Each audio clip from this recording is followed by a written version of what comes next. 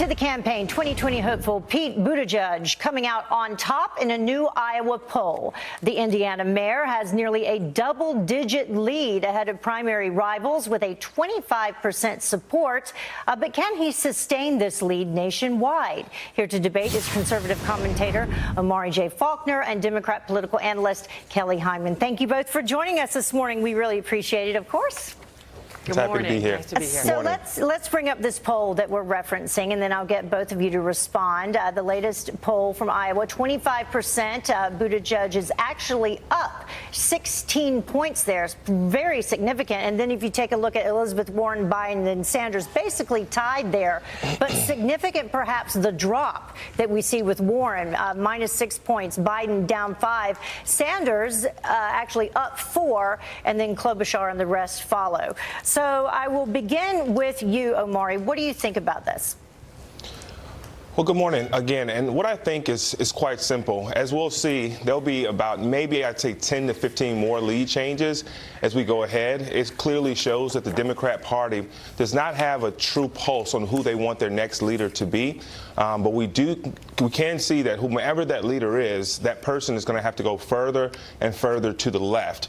And that's what we're seeing here in Virginia as well. We're seeing politicians that are going far to the left. And when you look at them from a total career perspective, you really don't know who they are anymore. So it just represents a party that's really in shambles right now and unable to find out who they want to lead them going forward. Kelly, since Omari was talking about maybe this is a trend that shows some of the Democrats are leaning far to left, let's take a look at Buttigieg, some of his policies, his platform so far, and I'll get your opinion on this. He supports a form of Medicare for all. He opposes eliminating private insurance, supports the Green New Deal, supports a wealth tax, supports legalizing marijuana, supports assault weapons bans. So is that a move to the center?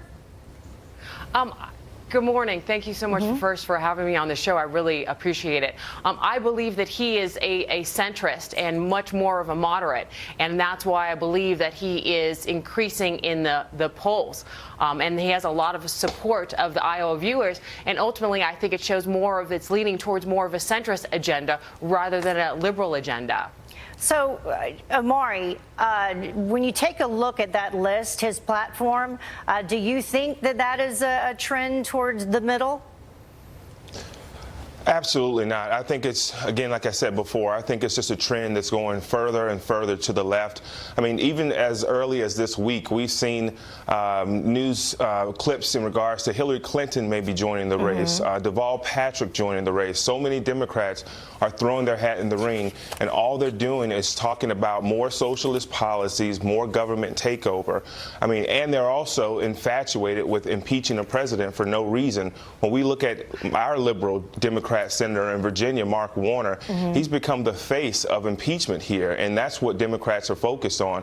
And that's one of the reasons why that I'm running for Senate in Virginia, is because we need to turn a new page. We need to be able to give voters confidence in their elected leaders. And I would ask any of your viewers, if they're listening, to go to omariforvirginia.com and learn a little bit more about our platform. Omari, since you mentioned it, Kelly, I'll get you to respond to that. It does seem like they're still looking for candidates at this late date. Mike Bloomberg, Deval Patrick taking a very different approach after entering into the primary race very late. Does either stand a chance?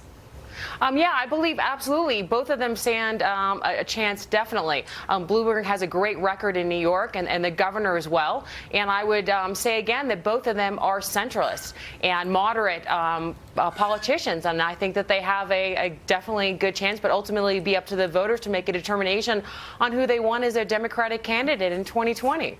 What about their strategy, Omari? Final word. Well, I think right there, I mean, when you talk about taking away a person's right to bear arms, when you talk about, more government control, when you talk about a government takeover, those are now have become centrist views for Democrats these days. And it's just too far right. It's too radical. What we need is someone to stand behind our president to continue to move our country forward and make sure we're focused on jobs, making sure we're focused on workforce development. And that's what the president has been doing, and that's what I'll do here in Virginia we're going to once talk I'm in the Senate. We're going to talk a little bit more about jobs and the economy coming up. But in the meantime, Omari Faulkner and Kelly Hyman, thank you both for joining us this morning. We appreciate it. Thank you for you. having me.